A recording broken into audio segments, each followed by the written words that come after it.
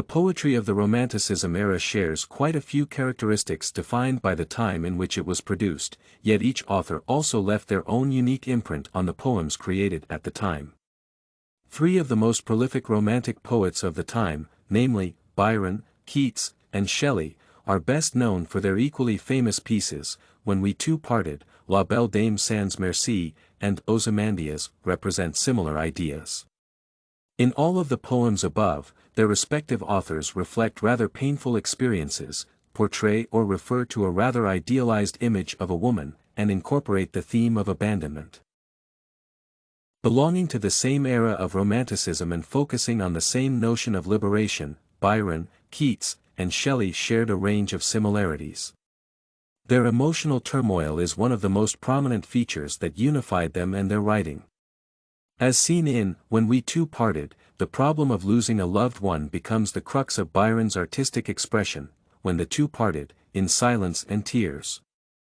Likewise, Keats focuses on the painful experiences of love, even though with slightly different literary means, and there she wept and sighed full sore.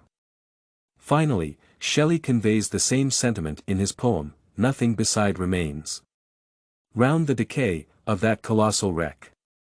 Thus, despite having completely different themes and addressing different notions, the three poems touch upon the feeling of emotional turmoil, depicting the state of suffering vividly.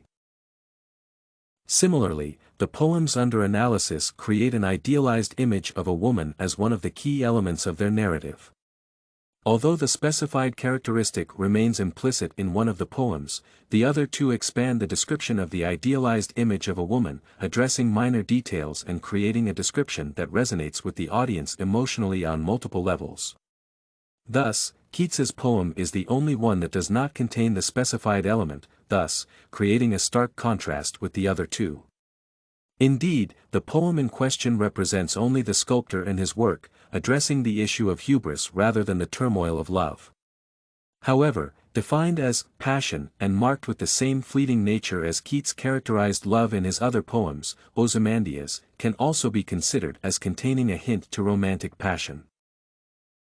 Nonetheless, there are noticeable differences between the poems under analysis.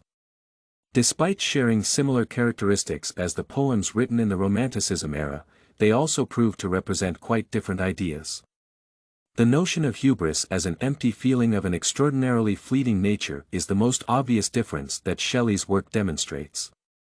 In addition, the presence of multiple epithets such as fragrant zone and horrid warning is unique to Keats's La Belle Dame sans Merci. Finally, Byron's When We Two Parted is uniquely structured, with short and abrupt lines designed to convey precisely the amount of information that the reader needs to get the idea of their intended meaning. Representing the era of Romanticism rather accurately, When We Two Parted, La Belle Dame sans Merci, and Ozymandias, as some of the most famous works by Byron, Keats, and Shelley share form but not ideas. Apart from Shelley's Ozymandias, which focuses on the nature of hubris as opposed to creating an image of an idealized woman, the poems share every aspect of Romanticism poetry. However, each of the poems also has its unique flair created by the author's inimitable personalities. Therefore, the three poets and their works need to be studied together to develop a clear and multifaceted experience of the epoch of Romanticism. This and many other essays are available at studycorgi.com.